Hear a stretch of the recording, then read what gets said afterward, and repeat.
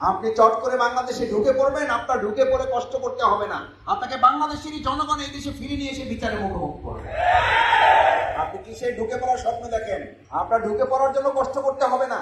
বাংলাদেশের জনগণই আপনাকে বাংলাদেশে নিয়ে এসে আইনের আওতায় বিচারের মুখোমুখি করে শুধুমাত্র শাপলা চত্বর নয়, 28শে অক্টোবর 2006 সালে আপনি লগি বৈঠার নির্দেশদাতা হিসাবে, হুকুমের আসামি হিসাবে আপনাকে বিচারের মুখোমুখি করা হবে।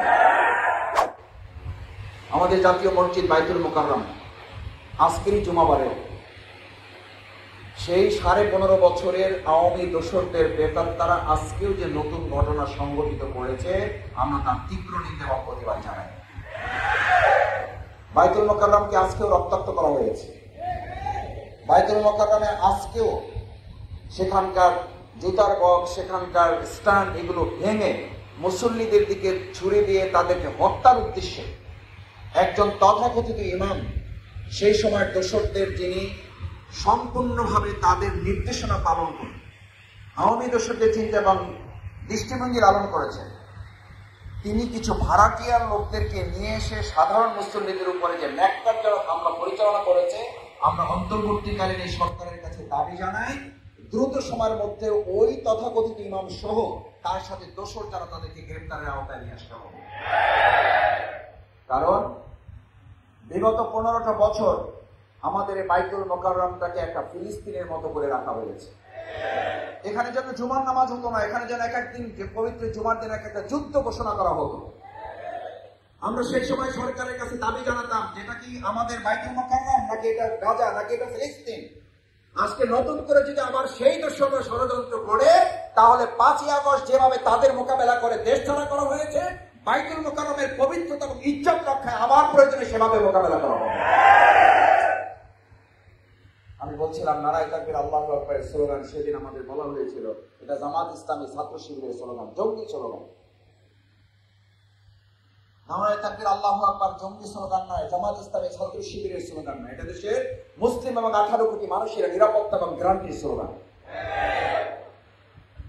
কি দুর্ভাগ্যজনক বিষয়, আমাদের সেই তথাকথিত বিনা ভোটের প্রধানমন্ত্রী, একই সাথে দেখবেন পত্রিকায় ছবি আছে মাথায় নেকাব করা, আর এক সাথে তসবিহ ছবি, তার পাশে এদেশের মুসলমানদের টুপি কুকুরের মাথায় দিয়ে এদেশের মুসলমানদের এদেশের টুপি রাসূল করিম সাল্লাল্লাহু আলাইহি ওয়াসাল্লামের সুন্নাহকে বেইজ্জত শুধু না, অপমান এবং লাঞ্ছিত করার অপরাধেও সেই তথাকথিত প্রধানমন্ত্রীর বিচার হবে। পরিকল্পিতভাবে আমাদের আলেম সমাজকে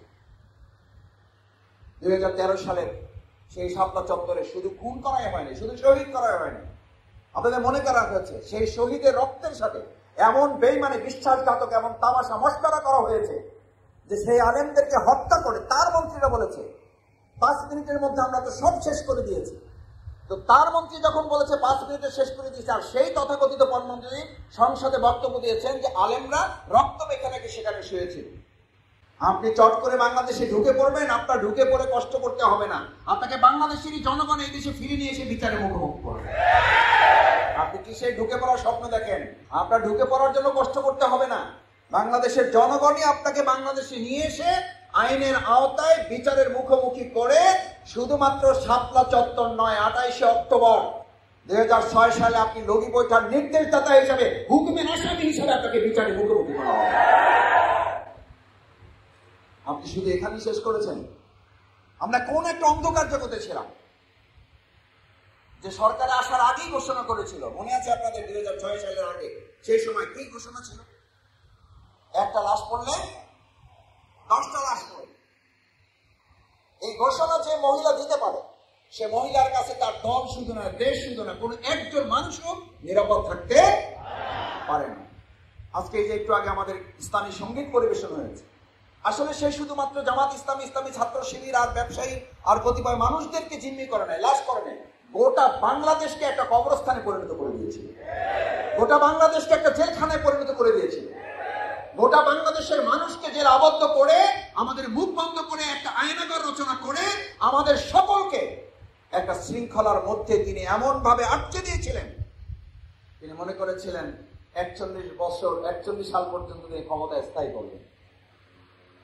আর জনগণের আন্দোলন, তীব্র ক্ষোভ এবং মানুষের বিক্ষুব্ধ মনোভাব এমন জায়গায় নিয়ে গেছে যে আপনি 41 সেকেন্ড কথা দেশে মানুষের সামনে বলে যেতে পারেন নাই।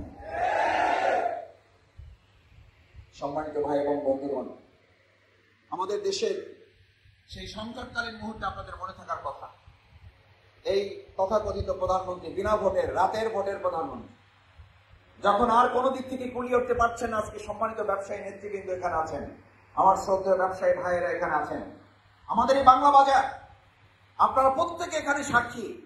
শুধুমাত্র তার দোকানে একটা তাফসীর, কোরআনের একটা তাফসীর লেখার কারণে এখানকার বহু ব্যবসায়ীদেরকে নানা কারণে শুধু হয়রানি না, গ্রেপ্তার করে রিমান্ডে নিয়ে তাদেরকে ক্ষতিগ্রস্ত করা হয়েছে।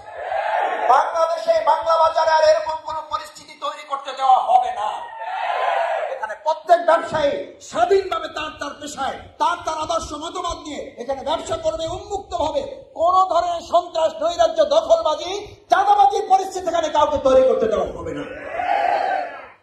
যদি রবীন্দ্রনাথের বই সমগ্র উপন্যাস সমগ্র থাকতে পারে, তাহলে তাফসীর গ্রন্থ, তাফসীর সমগ্র থাকতে পারবে না কেন? যদি হুমায়ুন আহমেদ রচনা উপন্যাস সমগ্র থাকতে পারে, তাহলে হাদিস খণ্ড থাকতে পারবে না কেন? যদি আপনার অন্যান্য ধর্মের সব গ্রন্থ এখানে থাকতে পারে, তাহলে মহাগ্রন্থ আল কোরআন, হাদিস, ইসলামী সাহিত্য বিক্রির অপরাধে আমাদের বাংলা বাজারে শত শত দোকান মালিককে এখান থেকে দোকান ছাড়া করা হয়েছে, দোকান বন্ধ করে দেওয়া হয়েছে, তাদেরকে ধরে নিয়ে নির্যাতন করা হয়েছে, অর্থনৈতিকভাবে তাদেরকে পঙ্গু করে দেওয়া হয়েছে। আমরা আজকে দ্ব্যর্থহীন কণ্ঠে ঘোষণা করছি, এই বাংলা বাজার 2024 সালের 5ই আগস্ট থেকে যে স্বাধীনতা পেয়েছে, নতুন স্বাধীনতা যুদ্ধের এই স্বাদ যতদিন বাংলাদেশ থাকবে, উন্মুক্ত ভাবে বাংলা বাজারের ব্যবসায়ীরা স্বাধীনভাবে তারা তার ব্যবসা পরিচালনা করবে, কেউ এখানে বাধা সৃষ্টি করতে পারবে না ইনশাআল্লাহ। মায়েরা, এই স্বাধীনতা আল্লাহর দেয়া বিরাট নেয়ামত। আল্লাহ তাআলা আমাদেরকে স্বাধীন করে পৃথিবীতে পাঠিয়েছে। আমাদের এই স্বাধীনতার পায়ে শৃঙ্খল পরানোর আপনি কে? নতুন করে আজকে স্বাধীনতা যোদ্ধা আমরা আজকে যে বৈষম্য বিরোধী ছাত্র আন্দোলন, এই বৈষম্যের জায়গায় তো ছাত্র আন্দোলন করেছে কেন? শুধু কোটা আর মেধা না, আপনাদের মনে আছে কোটা আর মেধা এই স্লোগান বাদ দিয়ে পরবর্তীতে 10 দফা দাবি দেওয়া হয়েছে। এই 10 দফা দাবি সর্বশেষ এটা কয় দফা দাবিতে পরিণত হয়েছে? 1 দফা। এই 1 দফা দাবি কখন পরিণত হয়েছে? যখন ছাত্র এবং জনতা উপলব্ধি করতে পারলো যে এই 1 দফা দাবি আদায় না করলে এইরকম 10 দফা না, 15 দফা না, 20 দফা না, 50 দফা দাবি দিয়েও 1 দফার এই স্বৈরাচার সরকার পতন না ঘটালে কোন দাবি পূরণ করে গোটা বাংলাদেশকে নতুন করে স্বাধীন করা যাবে না। সম্মানিত ভাই এবং বন্ধুগণ, আমরা 2024 সালে 5ই আগস্ট এবং জুলাই এই সময়ের মধ্যে সহ বাংলাদেশের যে সমস্ত স্বৈরাচারী সরকারের বিরুদ্ধে আন্দোলন করতে গিয়ে যারা জীবন দিয়েছেন, আমরা আল্লাহ তাআলার দরবারে তাদের জন্য দোয়া করি, আল্লাহ তাআলা তাদের জন্য শহীদ হিসাবে কবুল করেন। যারা এখন আহত পঙ্গু অবস্থায় আছেন, আপনারা জানেন এখনো অনেকে অন্ধ হয়ে আছেন, হাত হারিয়েছেন, পা হারিয়েছেন, চোখ হারিয়েছেন, চিরতরে পঙ্গু হয়ে গেছেন, প্যারালাইজড হয়ে গেছেন। এই যে আহত, নিহত, পঙ্গু, চোখ হারানো, হাত পা হারানো ভাইয়েরা, বোনেরা, বিভিন্ন শ্রেণী পেশার মানুষেরা একটা নতুন স্বাধীনতা আমাদেরকে নিয়ে এসে দিল। আমি আজকে আপনাদের কাছে জানতে চাই, এই জীবন দেওয়া লোকগুলো, এই হাত পা হারানো, পঙ্গুত্ব বরণ করা ভাইগুলোর সামনে রেখে আমরা নতুন স্বাধীনতার পাহারাদারি করার জন্য আমরা কি রাজি থাকবো ইনশাআল্লাহ? সবাই কি রাজি আছেন ইনশাআল্লাহ? পারবেন ইনশাআল্লাহ? সম্মানিত ভাইয়েরা, কেন স্বাধীনতা অর্জন করা সহজ, স্বাধীনতা রক্ষা করা কঠিন? কারণ তারা জানতো আজকে যারা হাত জাগিয়েছেন আপনাদেরকে আজকে শুধু তারা ভয় পায় না, তাদেরকে আগে থেকেও তারা ভয় পায়। এই আন্দোলন যখন সফলতার দ্বার প্রান্তে, তখন স্বৈরাচারী খুনি সরকার মনে করেছিল বাংলাদেশ জামাত ইসলামী, ইসলামী ছাত্র শিবিরকে নিষিদ্ধ করে দিলে আন্দোলন নিষিদ্ধ হয়ে যাবে, আমাদেরকে থামিয়ে দিতে পারলে আন্দোলন থামিয়ে দেওয়া হবে। আজকে ছাত্র জনতা এবং বাংলাদেশের জনগণকে আমরা স্পষ্ট বার্তা দিতে চাই।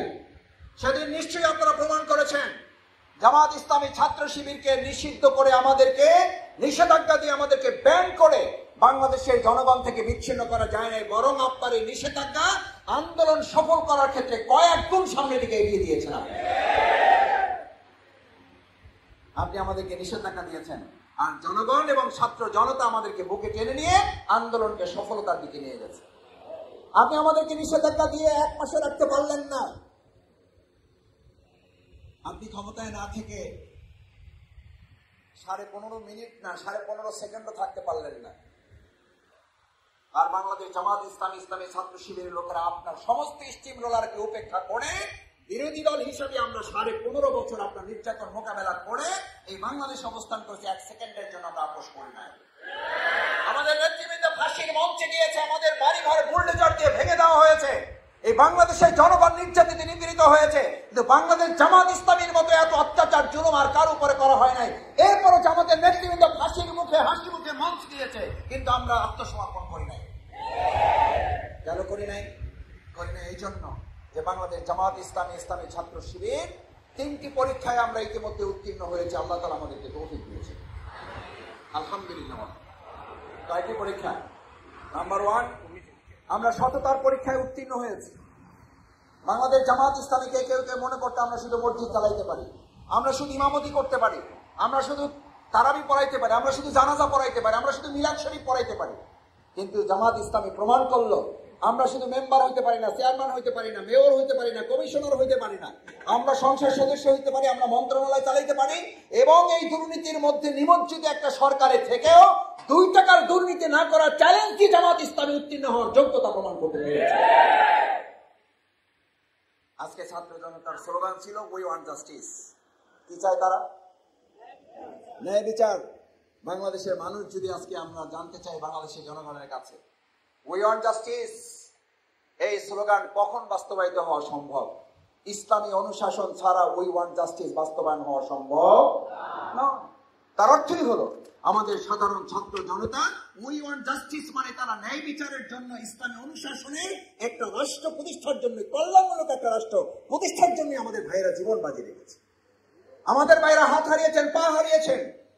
আমরা বিশ্বাস করি আগামী দিনের জনগণ উই ওয়ান্ট জাস্টিসকে ধারণ করে বাংলাদেশ জামাত ইসলামী, ইসলামের নেতৃত্বে একটা কল্যাণমূলক রাষ্ট্র প্রতিষ্ঠার জন্য আগামী দিনে দেশ পরিচালিত হবে ইনশাআল্লাহ।